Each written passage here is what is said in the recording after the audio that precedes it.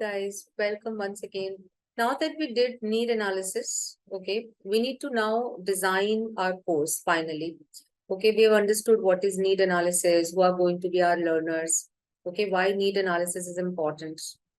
So when we did all of that, now the next step that is left with how to design your course finally, because that's something you're supposed to deliver. So for that, you will first of all set the objectives. What is the meaning of objectives? Objectives are what is it that exactly you are going to deliver after this course is over, as in what's the outcome of this course. An outcome, as I said, can be completely different from organization to organization. It also depends on your target audience. Okay, so not necessarily that because it is being business English course, your outcome or your objective is going to be the same. So not one size will fit to all. Okay, so you'll always have to do your analysis, and after that, you will be very clear about your objectives to decide so that you can design your course really well. Okay, so first thing, of course, is going to be target audience. To sum up, we did it in the past in our last videos, understanding why understanding your target audience is important. So determine the specific group of learners you're going to teach. You need to specify their level. Okay, are they beginners, intermediate, or advanced level? So that accordingly you can design your course. Consider their background and job responsibility. That is important. Accordingly, you will design your course. A lot of role play activities, a lot of phrases to be used, a lot of things will be changed according to the industry and the specific need of this course. Okay. So first of all, you need to identify the audience. Then define learning outcomes. And now you've identified the audience. Fine. My audience is at beginners level. What's my outcome? What organization is looking for? Organization is looking forward that by the end of this course, they should reach at least to intermediate, or if they are looking for proficiency level. Okay.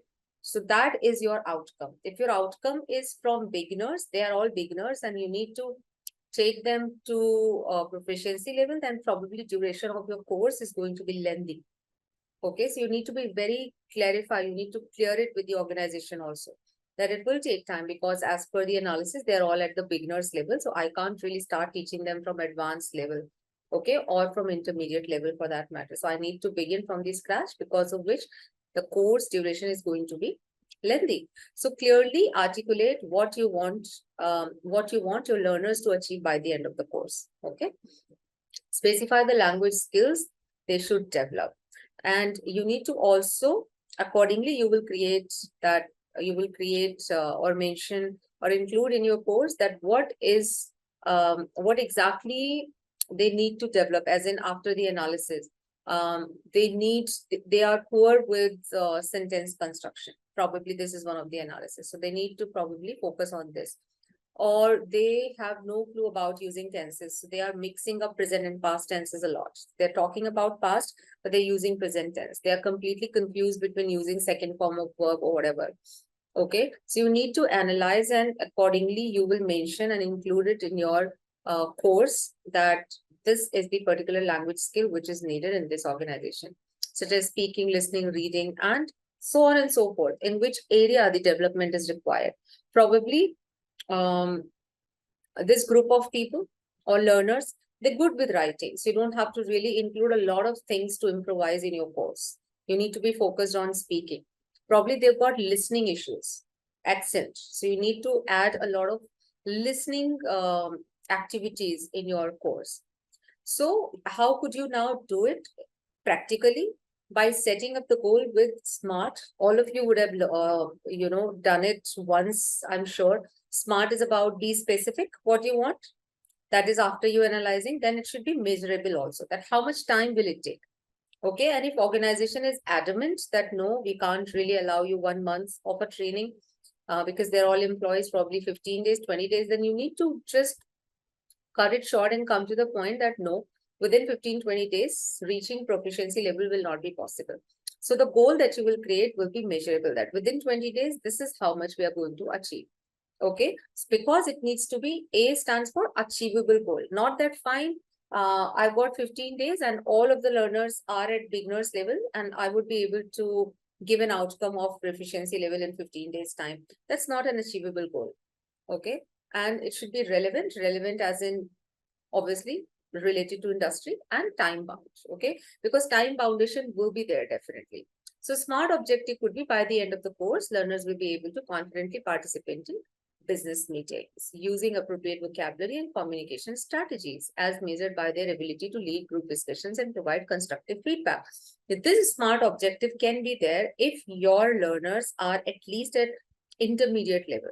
Okay, then you can just take them one step forward by twisting and making a little changes in their learning language skills. Okay, but if they are at the beginners level, you can't really expect them to take good meetings, to participate in meetings, okay, efficiently. They can't do that.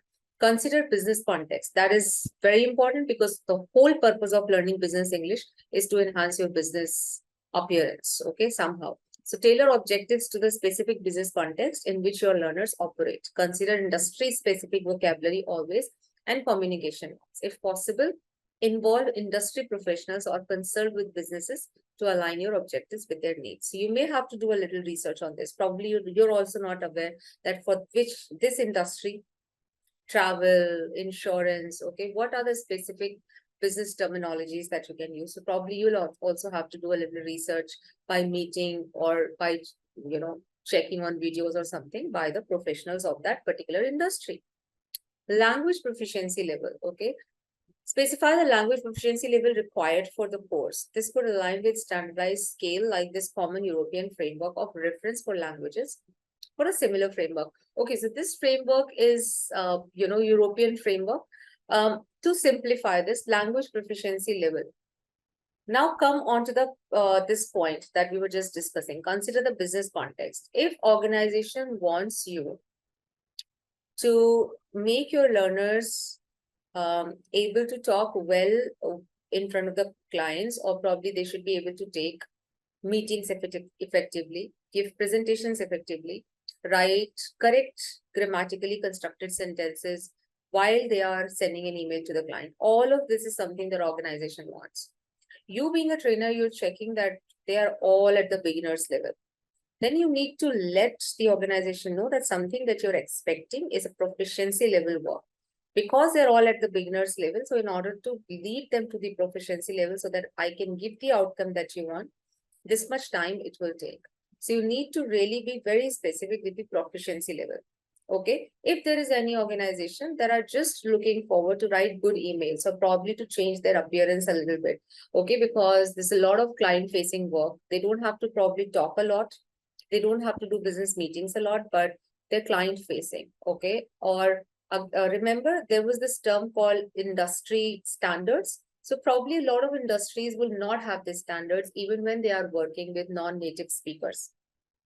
Okay, it happens because a lot of time non-native speakers, they understand that they're doing business somewhere else and there can be some sort of miscommunication in terms of languages. So every industry may have certain different standards to follow. So there are certain industries who will be like, no, all of my employees, whether or not they're dealing with clients, they need to be at proficiency level. Wherein a few will be that no, clients only, employees who are dealing with clients directly, they should be. Otherwise, those who are just dealing with emails or probably dealing on over the phone, they are okay with being intermediate or just being beginners in the sense that they should just be able to talk and that's enough. Okay, then probably your proficiency level of the course, the something that you need to deliver is just to make them able to talk. So your proficiency level of this course that you will design is going to be just probably intermediate or beginner's course. Okay, simple and easy. Assessment criteria. Accordingly, you will decide the assessment criteria. Determine how will you assess learners' progress. You again need to decide whether you want to assess them by giving them certain quizzes, by taking their test multiple choice questions, by some other assessment methods. Probably you'll give them some topics to talk. Probably you'll do a role play with them and you will judge them. So you need to decide the assessment criteria. Define the criteria for success in each assessment. Communication skills include objectives related to various aspects of business communication, not be limited to one. That is, again, to repeat it, emails, presentations, creating reports, negotiating any deals, talking on the video conference, conducting job interviews also, An HR professional may need it, okay, or participating in teleconferences. We've already discussed about it. Cultural awareness is needed, okay. So you need to create a plan keeping in mind that all of them are from the same culture or they are from the different cultures. If they are from the different cultures, then you may have to include a lot of things that are relevant to each culture. Otherwise, the rest of the people may not be able to participate. Okay. A realistic expectation. Ensure that objectives are achievable within the time frame. Okay. I've already discussed this before. So not that in excitement, fine, I'll deliver proficiency level and you've just got 15 days and you know that they're all at beginners level. You will never be able to deliver that. So please put realistic expectations. Flexibility. Be prepared to adjust objectives as needed based on the progress of your learners. At times, this also happens, okay? So you created the whole uh, course and everything, and then as in when you progress, you saw that the learners are not learning the way they should. So you may have to adjust your syllabus and you may have to redesign your course completely. Flexibility allows you to adapt to their specific needs and pace of learning. I did it multiple times, guys. Multiple times. It has happened with me also when I was learning 12, 13 years ago. And I also did it a lot of time that I designed a course and then as in when I started teaching, I realized that no, they are not able to grab something that I'm, trying to give them or trying to teach them. So probably they will take a lot of time, okay, to learn. So something that I'm expecting is not going to be fulfilled. So probably this training will continue a little later, depends on the availability in the organization. Okay, and I have to just adjust my course as per the progress of the learners. And then feedback and evaluation is definitely needed. So you need to figure out how are you going to give them feedbacks. Okay, establish a process of gathering feedback from learners also. That are they looking forward for any change? Are they satisfied with the way you are teaching? Do they want to include a few things? Okay, a lot of times learners will give you ideas that no, I think this is what should be included. This is how I would want to learn. I would want to watch more videos. I would want to have more activities probably. Okay. And accordingly, that feedback is really important in order, and that also can come into, being flexible. So you can add something that they have asked for. That fine. You've asked for this. Let's just do it today. Okay. And then long-term goal. Consider how the course objectives fit into learners' long-term language learning. Not that you just did it for a while, just so they are able to talk over the phone. That's it. Okay. It's about their career development goals. So just see in long terms, it should help in making their career. So provide guidance on how this course contribute to their broader objectives. Okay. That not just what job they are doing, but also in future when they need to represent themselves at some higher level, this course is going to really help them. Course structure. Ensure that course structure include the syllabus and lesson plan aligned with your objectives always. Not that structure is something else is happening, and at the end of the day, whatever activities and lesson plans or modules that you've mentioned is not fulfilling the objectives. It happens at times when you're creating, it just skip out of the mind. So if you just structurize everything well, keeping in mind the objective, it will all go well. So this is how you're going to set your objectives. Next, we will learn what should be the components of your syllabus.